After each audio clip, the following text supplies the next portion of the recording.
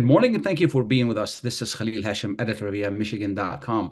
This program is brought to you in cooperation between YaMichigan.com and US Arab Radio. We thank you for being with us. We have a lot of news for you today. We're going to start with a topic that's very important to us as a community, as parents, and as children. And with us this morning is Assistant Special Agent in Charge with the FBI, Rebecca Marriott. Good morning, and thank you for being with us. Oh, well, thank you very much for having me and allowing me this opportunity to talk to you today about this very important topic. Wonderful, thank you. So what is the issue, what's the threat, and what can we do about it? So today we're going to be talking about sextortion. This is a topic that unfortunately has become much more prevalent and is becoming much more of a topic that we need to get out to the public to let them know what it actually is. And to kind of just explain what that means to the public, this is individuals that are online that are targeting mainly our children, and they are asking them to send photos, explicit photos for money, for gain. This is obviously a very touchy subject, mainly because there's a stigma involved in that of, if I provide these photos to this individual, and then if I don't pay the money, they're going to send them to my friends, to my family. And we want to make sure that we get the message out that there are these bad actors that are doing this online, and that we need to stop this and get this message out that you need to reach out to us and let us know if this happens to you. Now, what kind of age bracket are we talking about? I will say, let's not go with any age bracket. We typically are looking at children, those very, very young. We have had extremely young age, but look at it this way. If there is a child in your home that has a device and they are online, they have the potential to be reached out to by a bad actor and starting messaging with them. So if your child that is 8 years old is playing a game, they have that potential to become a victim. How do they lure them in? Typically, it begins just a simple, how are you? I like the game you're playing. Do you want to play a game with me? Or I like a photo that you posted online. Can you send me another photo? It is a grooming process that can take a long time, or it could be as quick as a 2-hour, 1-hour time frame. You know, sometimes I get messages on my phone. Of course, they don't know how old I am. And they're saying, hello, I missed you, or things like that. Or, hello, we haven't seen each other. You're on my, my phone and I don't remember who you are, and things like that. Are these people trying to, reach out to and establish some kind of relationship so I can give them more? I mean, they don't know who I am. So what we advise, if you don't recognize an individual, be it on your phone or online, then there is absolutely no reason to provide them any personal information whatsoever. I always validate, figure out a way to validate. And if you can't, then that individual doesn't need anything from your personal life whatsoever. So the rule of thumb is, number one, don't send any images to anybody, even if somebody you know, because somebody could be using that account to they hacked that account and they use it to fool me, thinking that this is my friend. Absolutely. Okay. As a parent, how do I monitor what my children are viewing or not viewing? I mean, this is really tough. I mean, you cannot just take the phone from them. You cannot take the iPad from them. And they use it in school. They use it in life. How do I monitor this? This is really a tough thing. It is a very scary thing. And I will say, there's no way to be monitoring and watching every second. We as parents, we are very busy and we're getting dinner ready and letting them work on an iPad for a while or going and doing homework. that leaves them vulnerable. So how do we mitigate that vulnerability? We have conversations with them and we say to them, this is a possibility of what could happen. Someone could reach out to you on the device that you don't know. This is how we want you to respond. Bring it to me, bring it to someone.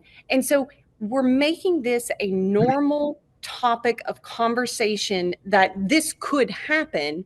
So that way they are armed with those steps of what they need to do if something like this occurs.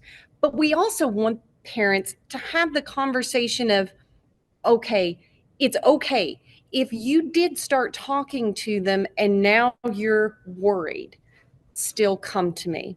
We Sure. want Sure. this to be a conversation to where that those victims do not feel like they can't bring forward the information, even if they did provide something that they are ashamed of. Absolutely. So number one is, stop or start or make sure you have that relationship with your child, and so they can come to you. And number two, if I understand you correctly, is the fact that drill it in their mind that do not share personal photos or information with people, no matter who they are. Absolutely. Right. Absolutely. Is have that conversation right now with them. Absolutely. And I like to remind our listeners, this is not just about sending information or trading information. Some people have committed suicide, and some young people have gone into serious troubles, at schools and through sexting. Is that correct? So, what we have seen throughout the nation has been anything from, obviously, yes, they will send explicit photos, and then the shame from that causes anything from depression, but we have seen cases of suicide because those individuals didn't come forward and say, this is what happened to me, I need it to stop. And that's what we're here trying to get that message out. We don't want anyone to feel ashamed by this. This can happen to anyone at any time. But if it does, you can come to us. We will help you, and we will absolutely look for those bad actors. It's one of the things we have right now. If someone wants to call the FBI, they can call 1-800-225-5432. But we also have tips online at www.tips.fbi.gov that they can go online if they feel that's more of a safer place for them to do it. Could you repeat that phone number, please? Absolutely. 1-800-225-5324. And we will have that phone number displayed on, along with the story when the story runs for, on our website. Also, at the end of the program when we post the video as well. And what's the website, please? The website is www.tips.fbi.gov. And if I notice something like that with my child and I call you, what do you do? So what we would typically do from there is we would first talk with you as the parent. What information is your child giving to you? Tell us about what has happened, how it occurred, and then we would go from there of starting to take steps to identify the actors. Are these actors domestic or international? We've seen both internationally and domestic. What can we do with international bad actors? The FBI has long arms, is what I Okay. tell people, is that we do take this extremely serious to ensure that we go and find them wherever they are. Okay. If somebody needs more information to educate themselves on this, where would they go? So actually, the Detroit field office has sent out a public service announcement, which everyone can actually access on the internet, that gives a full description of what sextortion is, as well as great bullet points of having that conversation with their children and things that they can do to get in front of this. Wonderful. And then we will post that as well. We have a copy of that, and we will post it as well along with the story. Is there anything I haven't asked you that people need to know? We're here to help. The FBI is here to help in any situation. If this has occurred in your home, we want to know about, and we have resources to help see this through. So reach out to us. Absolutely. Now, the information that you provide, is it in different languages, or is it only in English? Yes, it is in different languages. We can absolutely assist with that. Because, you know, in our community, we have parents who don't speak English and are not electronically inclined. So it kind of poses even additional hurdle on them to really understand what's going on.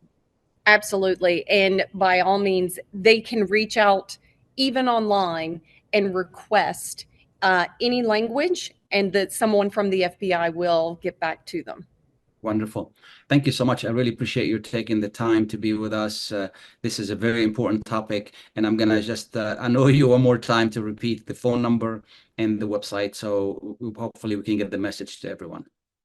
The number is 1-800-225-53224, and the website is www.tips.fbi.gov. Please stay tuned. We'll be right back.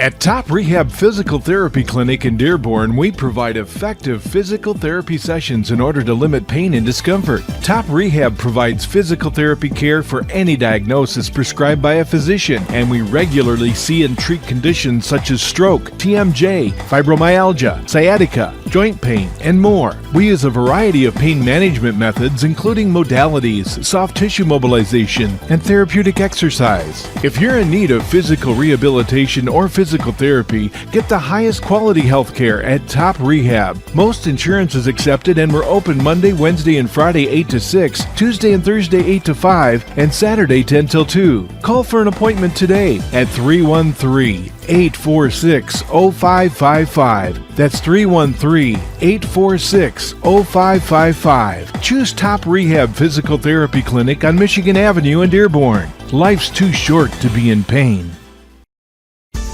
Life for Relief and Development has now been rated as one of the best charities for humanitarian aid. Life's humanitarian projects span the globe, and Life is celebrating its 30th anniversary of providing essential life-saving aid to people and communities in 36 countries, regardless of race, color, religion, or cultural background. Where there is life, there is hope. And when disaster occurs here or around the world, including being one of the first responders to the Turkey-Syria earthquake crisis, Life for Relief and Development rushes in to provide food, medical aid, and shelter to those in need. We are looking to help the earthquake victims, and we take 0% overhead on emergency donations. So please help improve these efforts. Learn more about our involvement to help the helpless and bring hope where it's needed most, and make your tax-deductible donation to Life for Relief and Development now at lifeusa.org, or call 248-424-7493. That's 248-424-7493. Welcome back, and thank you for being with us. This is Khalil Hachem with US Arab Radio. You know, as we've been talking about the election in next month, there is also an item for the Henry Ford Community College on the ballot for you to review and vote on. And with us this morning is the president of the Henry Ford Community College, Russ Kavalhuna. And good morning, and thank you for being with us. Good morning, Khalil. Thanks for having me. Absolutely. Before we talk about the millage, even though people live in Dearborn, they may not know much about the college. Could you quickly give us a rundown, you know, how many students, what you offer, the different disciplines, so people can be acquainted with the services you offer? Of course. I'm very proud to do that. You know, this college has been in the community for 85 years. And it's unique. There's 32 community colleges in Michigan, but only one of us serves a city. The rest serve a county or wider, but Henry Ford College serves the city of Dearborn. And what I mean that is that the board that oversees our college is elected only of Dearborn citizens. And that gives us the opportunity to have the distinction of being the only community college that is run by a town. And because of that, we are able to provide particularly great service to our residents. Let me give you some examples. You know, there are about 15,000 students at Henry Ford College, and over 2,700 of them are people who are in high school right now and getting free college at Henry Ford College. And that's as a result of the close connection we have to our hometown, Dearborn. That value is huge. You know, if you send one of your high school students to Henry Ford College for just a 3-credit course, it doesn't cost that student or his or her family anything. And those 3 credits will be usable at a university, which would charge $500 per credit. Now, some students come to Henry Ford College and achieve 10, 20, some even get 60 or 90 credits. And there's programs that span the entire breadth of higher education. So you can learn how to do visual arts, you can learn how to fix an air conditioner, you can learn the history of poetry. If you're an English second language person, you can learn at our English Language Institute. And then, of course, the basic building blocks of higher education, math, science, and English. So for our Dearborn residents, you either can get a free community college education, or if you do have to pay any amount, it's the 3rd lowest tuition in the entire state.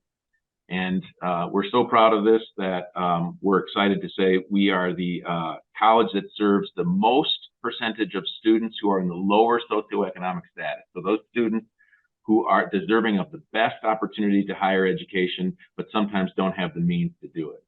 And Absolutely. We simply wouldn't be able to do it without Dearborn residents supporting us. Absolutely. You know, my son attends the college. He's part of the early college program, and I want to explain to the listeners what that is, and then you can elaborate on it.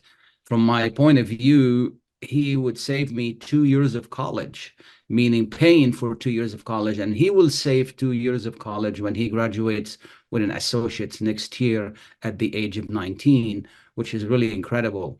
This is a really great program. I don't know if I did it any justice. If you want to elaborate on it, I would appreciate it. Yeah, I'm so glad. I didn't know your son was at our early college, and you did a great job with it. I would just add that those 2 years of college that your son is getting and your family is getting for free, they'll transfer to Wayne State and University of Michigan and Eastern Michigan.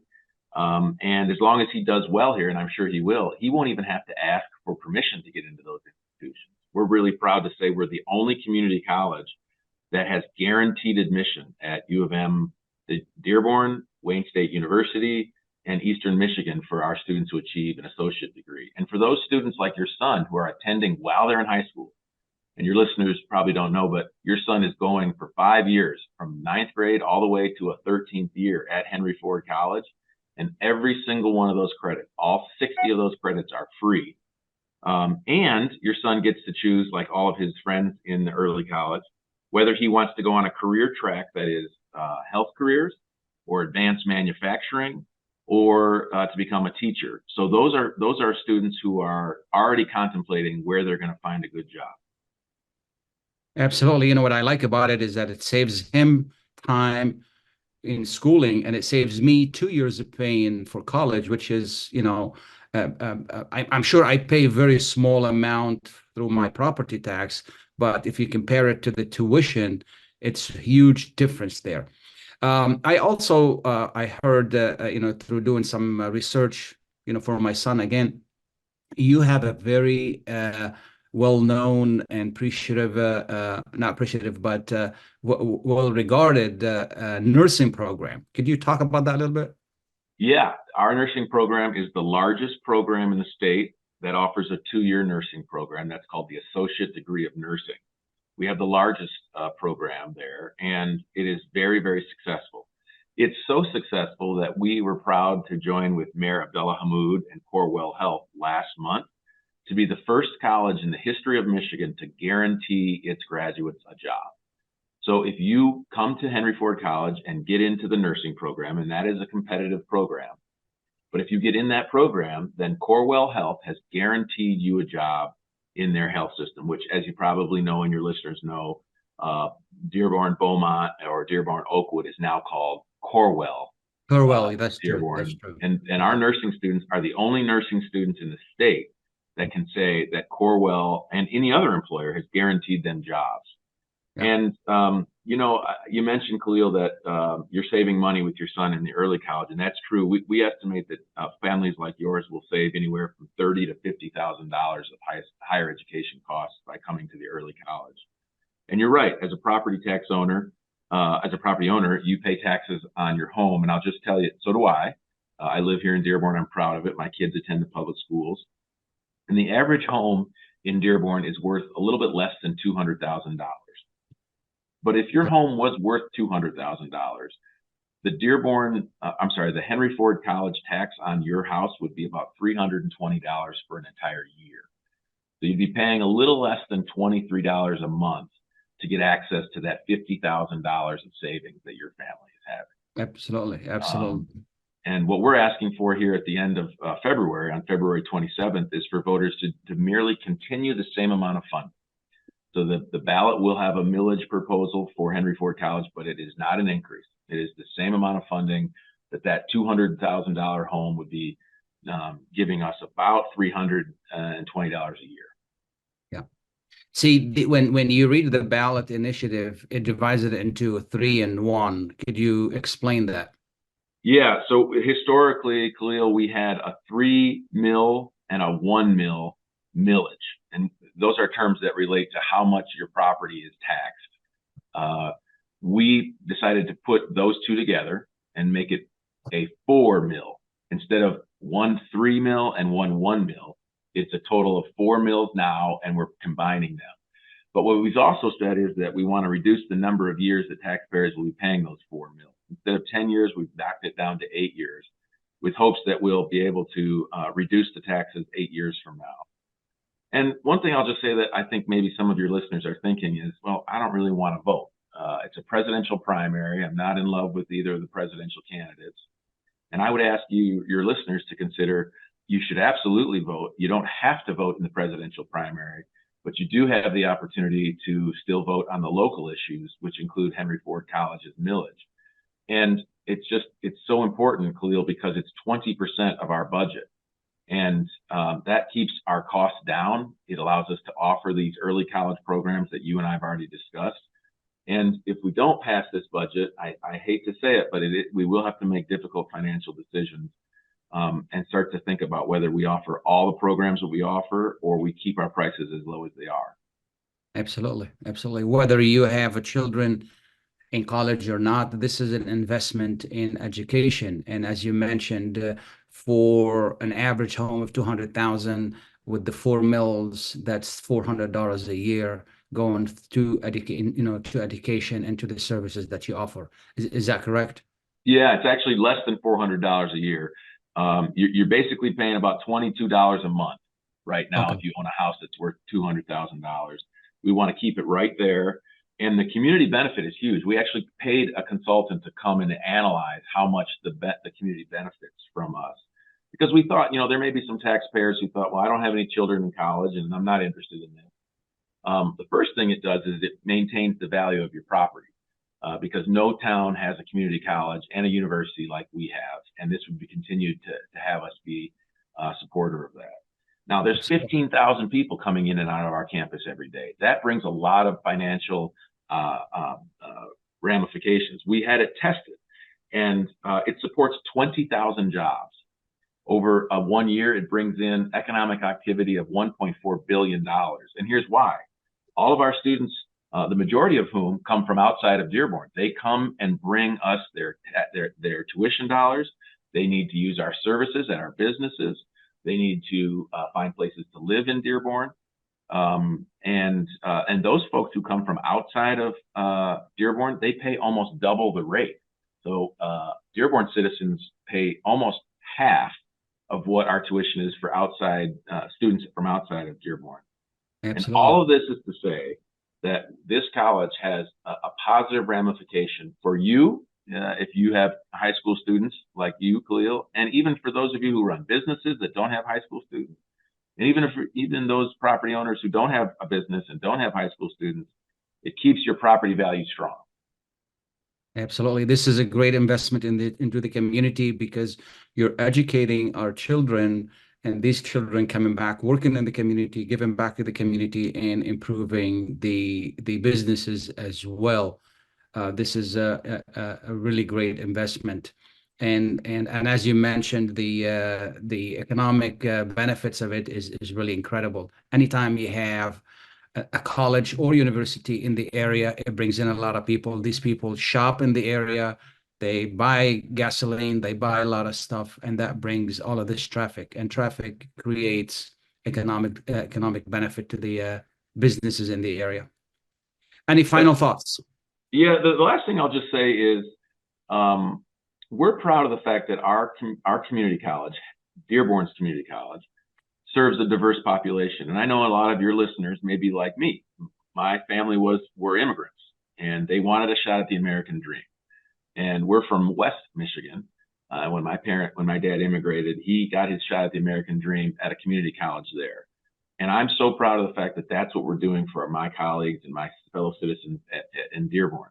It's just unique across the state to have a community college where you can literally ride your bike from one side of the town to the other to be at the community college and see a diverse culture, see a group of people committed to letting people who haven't had a long history of higher education. You come here and you get an associate degree, you're going to make $800,000 more over your lifetime. You come here and you get your first 2 years of college and then transfer right here into U of M Dearborn, and you get your bachelor's degree, you're going to make $1.2 million more over your lifetime. No community in Michigan has this close and this powerful of a community college. And I'm simply asking voters to continue to supporting us. No more money than they've already given, but continue the money they've continued to give. And I'd be grateful to answer any questions any of your community has. Absolutely. I just wanted to warn people not to be confused with incorrect information. If they need to know more about it, where can they get information on that? Yeah, I encourage them to just put in their Google window www.hfcc.edu, and they'll see all kinds of information about the millage and about our institution.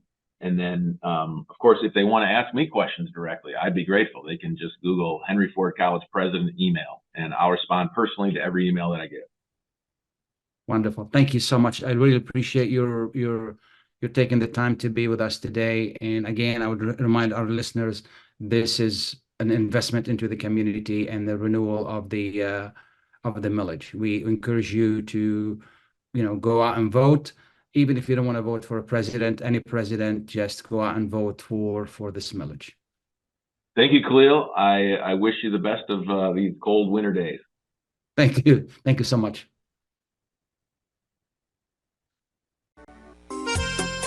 Ziyad brand.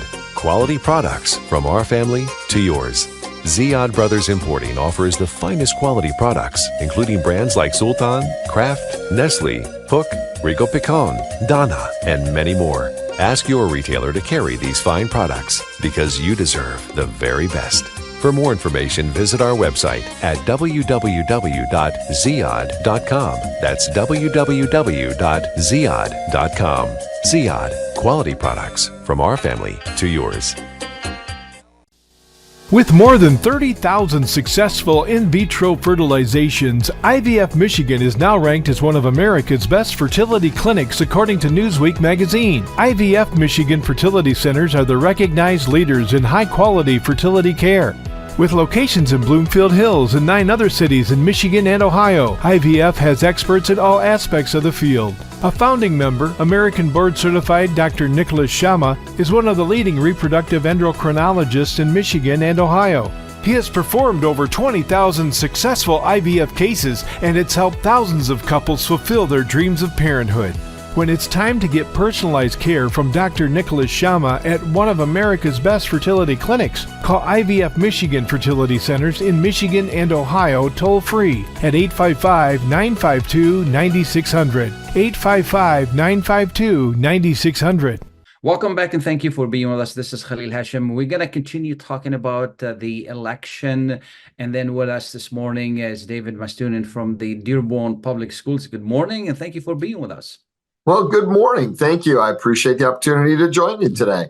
Absolutely. Earlier we talked to Russ from the president of Henry Ford, and we also wanted to talk to you as well because you also have a renewal of millage. Could you tell us a little bit about it, what it pays for, how important it is? Sure, absolutely. So on the February 27th ballot, there will be a question on there from the Dearborn Public Schools asking the voters to renew a millage that started back in 1994 when the state of Michigan changed how schools were funded. That's when this millage went into place. The voters, thanks to the voters, they renewed this millage in 2004. They renewed it in 2014. Every 10 years, we have to go to the voters and ask them to renew this particular millage. And so here we are, 2024, and we're asking the voters to once again renew this millage. Why is this one so important? It's so important because it accounts for $41 million or 16% of our general fund budget. What is the general fund budget? The general fund budget is the budget that pays for salaries, school supplies, utility bills, new computers, buses, all of those things that we use every single day to operate our schools. That's what this money goes for. That's what it's part of. So with 85% of our budget goes for salaries because we're a service industry, just like any other school district. That's pretty typical. We would see a huge hit to that budget that really a lot of it goes to pay for salaries. And so without that $41 million, 16% of the budget, you would probably see reductions across the board in all areas: instructional, non-instructional, teachers, parapros, secretaries, administrators, not food service, but bus workers, custodians, everywhere would be impacted by this. If this millage were not renewed, that's where it would impact across the board. Absolutely. And again, to remind our listeners, this is a renewal. This is not a new millage. It is not a new tax. So you will not be paying more than what you're paying right now. And actually, you'll be paying less. This is a renewal. The current cap, the current maximum amount that the school district can levy for this particular millage is 6.17 mils. Right now, we only assess 2 of those 6. But with this renewal, we're actually dropping that cap from 6.17 down to 4. So the most that we could ever levy would be 4 mils. That's down from 6.17. So not only is this a renewal, but it is a decrease in the amount that we're asking to renew. Absolutely. I mean, this sounds like a very important millage to for the schools. And I just want to remind our listeners, this is how most or all schools in the state and in the country operates. They would need a millage meaning that we, the property owners, pay the tax so our children can go to school. This is not the only funding source for schools. They also get fundings from the state, from the federal government, but all combined is what makes the budget. Is that correct? That's correct. And so a majority of our funding comes from the state. And this is just a small portion of what, that overall money we get from the state. The other part of this that's important to understand is that, so there's the part on homeowners that, that 4 mil on the homeowner. that we're asking to renew. There's also another part. It's 18 mills, and that's where a majority of that $4 million comes from, but that's on businesses. So businesses that are in Dearborn, Ford Motor Company, Carhartt, Eppinger. If there's a small, if someone owns a small little business, a mom and pop flower store, or a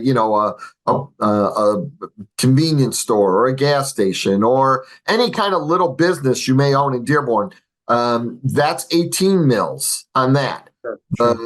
So that's that is really about 34 million of the 41 of the total 41 comes from businesses. Homeowners, it's only 4 mills. And so that's really the bigger impact is on business than homeowners. So that's why it's so important that everybody gets out and votes on February 27th. Absolutely. And what you're referring to is Proposal A, which means that homeowners get an exemption, home exemption for their home where they live in. It's called homestead exemption. And if you do live in your home and you don't have an exemption, you need to talk to the city, because that brings it down from 18 to 4 mills, which makes a big difference in your tax bill as a property owner.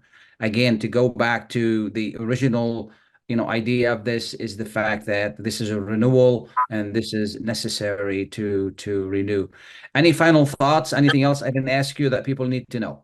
Well, I just want to, and you've said it really, and I just want to clarify, this is a renewal of an existing millage. It goes for the operating of schools. This is not a bond. And I don't want to confuse people. And, a bond issue is where we build new schools or build onto schools or add on. That's what this is not about that. This is different. It's very limited how we can use these funds. This is money for our general fund to pay the operating cost, the day-to-day cost for operating the schools. 4 mills, a reduction of from 6.17. It is a renewal, and we just hope that everybody gets out and votes on February 27th. We understand that, there are a lot of concerns and people want to use their voting rights as a way to show how they feel about certain issues, but this is a local issue, and we don't want to confuse state or federal issues with local issues. So Absolutely. A local issue is going to impact your kids. The kids right here in Dearborn are going to be impacted by the outcome of this election. And so we hope that everybody exercises their rights and gets out and votes on February 27th. Absolutely. And again, you can go out and vote. You don't have to vote for anything else. You can select what you're going to vote for. And these are the items that are important. Local issues are very important. Do not confuse them with presidential and federal issues. So you can go out and vote partially. You're not required to vote on everything. So you can select whatever you're going to vote on. Absolutely. We will talk more about this as the election gets close, but we just wanted to put a plug in for now and then make sure that people understand what's on the ballot and what's involved. I want to thank you so much for taking the time to be with us. I really appreciate it. Thank you. Absolutely. Stay tuned. We're going to take a short break. We'll be right back.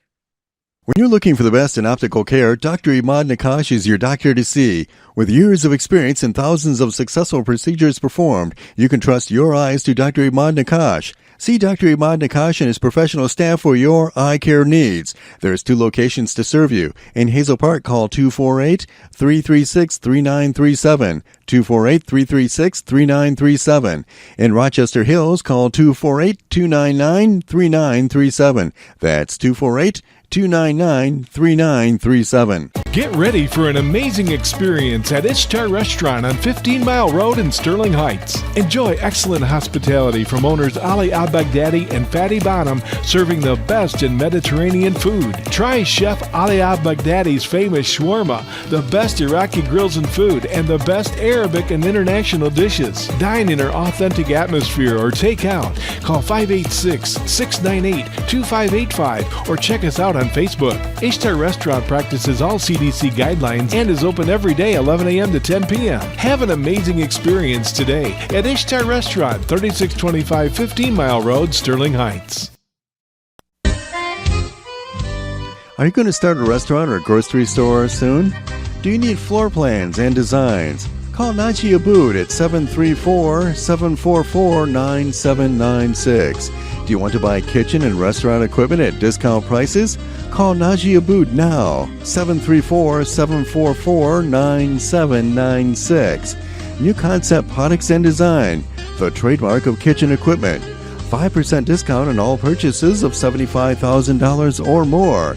New Concept Products and Design, new location, 31185 Schoolcraft in Livonia. Learn more at www.newconceptproducts.com. Call Najee Abood, 734-744-9796. Welcome back and thank you for being with us. This is Khalil Hachem with US Arab Radio. We're going to move from elections to a different story right now, and there's something that is in every house almost, and this is about radon. As you well know, I work in real estate as well, and always I advise homeowners to test for radon, and this is Radon Month, I believe. The state has declared it as a Radon Month. And with us this morning is Les Smith from the state of Michigan. Good morning, and thank you for being with us. Good morning. Thank you for having me. Absolutely. Could you tell us what you do with the state of Michigan?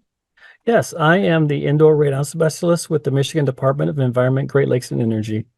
Okay. So what's radon, and is it in every house? Yes, it is. Here in January, our Governor Gretchen Whitmer has declared January as Radon Action Month here in the state of Michigan. We're encouraging residents statewide to take action to test their homes for radon gas. Radon is a naturally occurring radioactive gas that comes from the breakdown of uranium in the soil. Uranium is part of the Earth's makeup. It is in the Earth's surface and the Earth's rock, including here in the state of Michigan. Every home has some level of radon in it because it comes from the breakdown of uranium in the soil. So how do I know that there is radon in my house? Okay, yeah. Radon is odorless, colorless, tasteless. It is invisible to our senses. But the only way to know how much we're being exposed to is to test for it. Our program here at Eagle distributes radon test kits through our statewide health department partners and some of our city health departments around the state. The test kits are very easy to use, very easy to obtain if you just reach out to your county health department. But when you test, we recommend you test the lowest livable area of your home. If you have a basement, that is the best location to test. If you don't have a basement, you can test another living space in your home, a bedroom, a living room, a den, for example. What you're trying to do is find out what the radon levels are in your living space. We recommend testing for a minimum of 3 days, no longer than 7. And when you've completed your test, get your test kit off to the laboratory, to the radon laboratory, so they can analyze it and determine what the radon levels are in your home. Is there a charge for that? With this being Radon Action Month in the state of Michigan, several of our county health departments are giving the test kits away for free or at a reduced cost. Viewers or listeners can Go ahead. Okay, listeners can contact their local health department to determine the cost for the kits. In some cases, they may be for free, but they'll have to check. Can I purchase these kits from the store? Yes, some hardware stores, big box stores do sell radon test kits. They're a different kind. You can go into any of these hardware stores and just ask where the test kits are in the store. They're a different test kit than what we provide to our county health departments, but they are available. Okay. Are there any kits better than others, or they're all pretty good on the market? They're all pretty good. When residents contact our radon hotline, I recommend that they just follow the instructions for their kit as closely as possible. Some kits are designed to be hung in a room. Some kits are designed to be placed on a table. whatever your kid's instructions indicate, please follow them as closely as possible. The biggest and most important thing to do is to maintain those closed house conditions throughout the home, keeping those windows and doors closed, the windows and exterior doors closed, except for coming and going in and out of the home. So what you want to do is minimize the air changeover in the home while you're conducting a radon test. Sure. Roughly, what's the average cost of these tests? If you purchase it, end up having to purchase for a health department, maybe around $10 at the most. Okay. In a hardware store, it may cost more, depending on the store. Yeah, and then the lab is gonna charge me as well. For the kits that you purchase from the county health department or pick up from your health department, the analytical is already covered. So we have a contract with the laboratory for the test kits that we provide to our health department partners. Excuse me. So the laboratory costs are already covered. The report writing is already covered. If you go to the hardware store, you will have to pay the cost of picking up the kit and to cover the cost of the analytical and report writing. Okay, and so what's the health risk here? Radon is known to be the leading cause of lung cancer for non-smokers in the U.S. It is estimated that radon causes over 21,000 lung cancer deaths a year. Okay. Now Excuse me. I don't have, if I don't have a basement, does that mean I don't have to worry about radon? All homes have some level of radon in it because all of our homes are in direct contact with the soil. We would recommend, regardless of your foundation type, that you should test your home, whether you have a basement, a crawl space, whether you have a basement, crawl space, or a slab on grade. All homes should be tested for radon, regardless of foundation type. Is this something like I have to do once a year, twice a year, or just once is enough? Radon test is never a one and done test. If your initial radon test is low, what I would consider low is under the US EPA action level. I should back up a second. The US EPA recommends individuals fix their home if their levels are at or above the action level of 4 picocuries per liter. That's the unit of measure for radon gas. If your initial test is under 2 picocuries per liter, we recommend to retest every 2 to 5 years. If your radon levels are above 2, or say between 2 and 4, we recommend conducting a longer term test. If it's at or above 4 picocuries per liter, you may need to do another long-term test, do a short-term test, or maybe move right to radon mitigation. If some of our residents just prefer, once they've tested and it's at or above the action level, they like to just go on to radon mitigation. Yeah.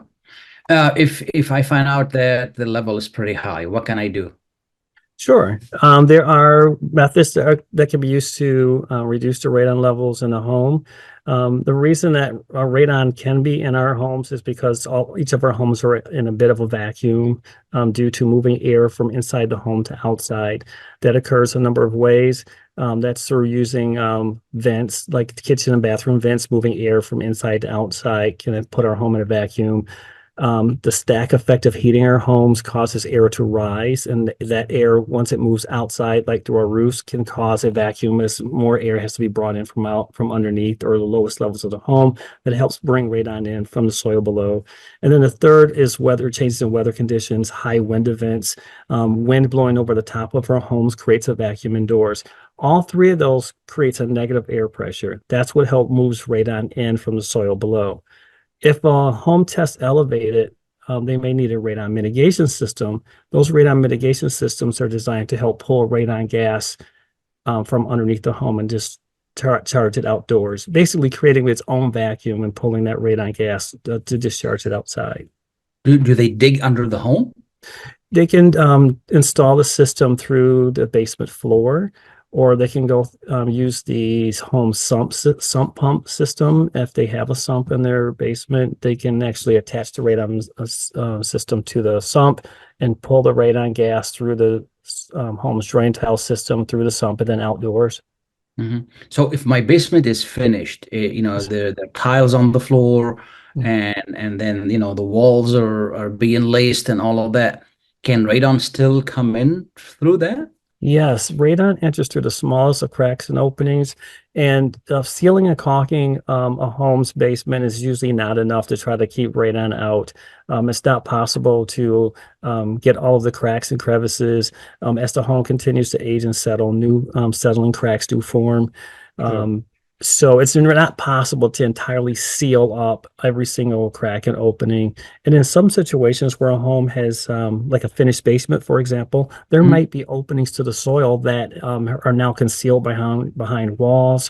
I'll give you an example of say putting in a basement, a bathroom in a basement. There might be openings into the soil from when the plumbing was installed through the concrete floor. You won't be able to get those or close those off once that's covered up behind walls and that sort of thing. Mhm. So Mhm. that's where I say sealing and caulking is usually not enough to reduce radon levels. You use an addition of a installation of a radon mitigation system would be helpful to reduce those radon levels in the home. Mhm.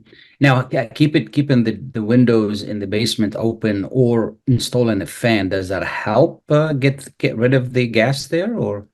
That's a temporary solution. If someone felt comfortable, they felt like they needed to open the windows and ventilate the space while they're there. That can be done on a temporary basis, but on a long-term basis, it might not be practical. During inclement weather, during the colder times of the year, it would not be practical to keep a window open. Sure, sure. Energy costs. Yeah, yeah, yeah. So. Yeah. Any idea roughly what it costs to remediate that?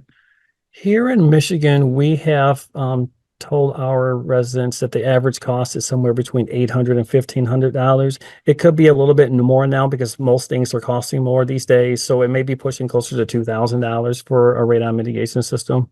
Mhm. How would I know that I'm employing somebody who's certified? Okay. Because, if I'm not mistaken, the state of Michigan it does not require people to be certified to do this, right? Yes, that's correct. Presently, the state of Michigan does not license or certify radon mitigation system installers around the state. However, we turn to the National Radon Safety Board and the National Radon Proficiency Program to identify individuals who have gone to training and become certified in the radon mitigation standards that are employed around the country. We have a list that we use to give to our residents here in the state. Residents can actually go online to look for the National Radon Safety Board or the National Radon Proficiency Program to identify Michigan installers as well. But if a resident had a question, they can contact us at the radon office and we can provide a list to them. What's the number? 800-723-6642. Yeah. I was looking at the map earlier, before we talked, and I was looking at, mainly half of the state, the southern part of the state, it has an elevated, amount of radon. Is that correct? Southern Michigan and other parts, including some portions of the Upper Peninsula, tend to have a higher rate of testing at or above the accident level. There was some initial early testing that was done in the late 1980s and early 1990s that generated the EPA map of Michigan that some residents might be familiar with. That was part of the national radon map that was created back in 1993.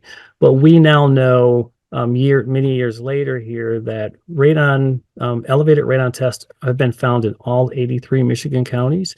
And so we do encourage residents to test their homes in all 83 counties and not to rely on the test results of their next door neighbors. Test your own individual home and find out what your radon levels are. And if they are elevated, take steps to reduce your exposure. Sure. It's something, as you mentioned, it's insidious. You can't see it, you can't smell it, and it's always, specifically, if whether you have a children or not, I think it's better to do that. Now, walk-up basements, those also should be tested. I mean, some people can make an argument that I have a big door, do I need to test those? Yes, thank you. Walkout basements also should be tested. All homes that are in direct contact with the soil have some measurable level of radon in it. The only way to know how much radon is in the home is to test for it, including walkout basements. If you imagine, even with a full basement, you have soil containing little bits of uranium wrapped around all four sides, all four walls, and then the floor underneath. In a walkout basement, you just have one less wall but you still have soil in direct contact with that foundation wall on 3 sides and the basement underneath the floor. Yeah. Is there anything I haven't asked you that people need to know? Testing is really easy to do. Don't be fearful about a radon test. It's the easiest test you can do and one of the easiest things you can reduce. And once you find out the radon levels are elevated, to take steps to reduce in your home. Wonderful. Thank you so much. If somebody needs more information, can they find more info online, and if you can repeat that number you gave before? Sure, absolutely. Residents of Michigan can visit our website at michigan.gov/radon to learn more information about radon, where to find a radon test kit, which is through your local health departments around the state. Just to learn more information about radon, radon-resistant construction techniques. We have lots of information, including our most recently debuted radon results testing map to show radon levels down to the zip code in our state. If residents have questions, they can reach me by email at radon@michigan.gov, or they can contact our radon hotline at 800-723-6642. Wonderful. I really thank you so much for to be with us and taking the time to be with us. This is a very important topic, and hope that our listeners will learn from this and then use this information that you're providing and the state is providing. Thank you. Thank you so much for having us. Absolutely. And I want to thank our listeners. I want to thank our sponsors, and I want to thank our guests from the beginning of the show, the president of Henry Ford College, and then the district of the Dearborn district, and from the FBI. Earlier we talked about some issues that to save our youth, and then the election. It's very important. I want to repeat this. It's very important. Even if you don't want to partake in the presidential election, it's very important to go out and vote for the local issues that are on the ballot, and specifically the millages for Henry Ford College, Community College, and then for the Dearborn district. I urge you to do that. Please do not forget to do that. And I want to thank Mr. Smith for being with us as well. Thank you all, and have a wonderful weekend.